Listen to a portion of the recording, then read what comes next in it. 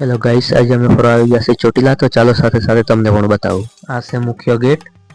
અહીંથી આપણે સ્ટાર્ટિંગ કરવાનું છે। અહીંયાથી સીધું થોડું ચાલવાનું છે। આગળ જઈને પગથિયાથી બીજો ગેટ ચાલુ થાય, ત્યાંથી પગથિયા આપણે ચડવાનું છે। તો આ છે આપણો બીજો ગેટ। અહીંથી આપણે પગથિયા ચડવાનું સ્ટાર્ટ થાય છે। અમે અહીંયા આવી 2-4 ફોટા પાડી અને સીધા નીકળી પડ્યા। આ છે અમારા પિયુષભાઈ, એ ફ્રી ફાયર પ્લેયર છે। કોઈ રમવું હોય તો કહેજો એની સાથે। સ્કોડ જોઈને જ્યાં સ્કોડ દેખાય ત્યાં જ કૂદી પડે છે। આ છે બીજા 2 ફ્રેન્ડ્સ। ચોટીલા આપણે પાનેરા જેવું છે, કોઈ આવ્યું હોય તો કહેજો એને। પાનેરા ને ચોટીલા સેમ જેવું લાગે છે। ફટાફટ ચાલતા ચાલતા ગાડી જોઈને મસ્ત લીલુંછમ સીન દેખાય એટલે આપણે તો ભાઈ ઊભા રહીને તરત વિડીયો લઈ લઈએ। પછી પાછા ચાલતા ચાલતા ધીરે ધીરે ધીરે ધીરે ચાલ્યા। रुकिए तो क्यों है खफा, अरे कहिए तो ऐसी क्या जल्दी जाने की, दीवाना हूँ माना सुनिए दीवाने की। ચાલતા જાય ફોટા પાડતા જાય, ચાલતા જાય ફોટા પાડતા જાય। આમ કલાકે થયો હશે, ટાઈમ તો જોયો નહીં। મજા આવે ટ્રેકિંગ કરવાની। અહીંયાથી અમે ઊભી રહીને જોયું શું કમાલનો નજારો હતો યાર। ચાલો ચાલો ચાલો ચાલો।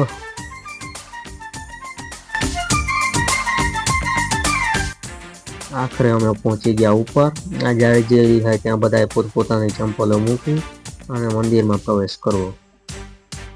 ये शाम का दिलकश मंजर, ये साहिल और समंदर, कहते हैं आप न जाए हम पर ये करम फरमाए।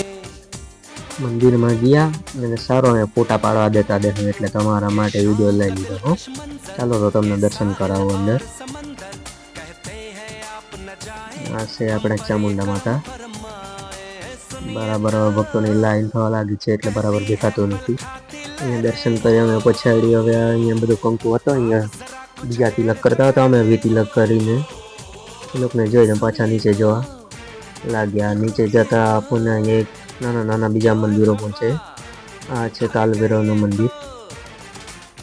અહીં અમે દર્શન કરી પછી નીચે ગયા।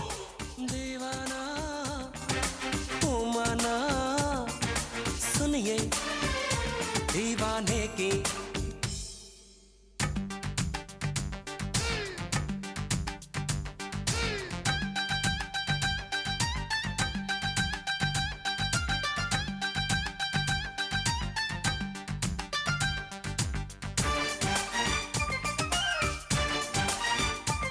દર્શન કરી નીચે જોવા ગયા તો ત્યાં બધા ચૂંદડીઓ બાંધેલી હતી।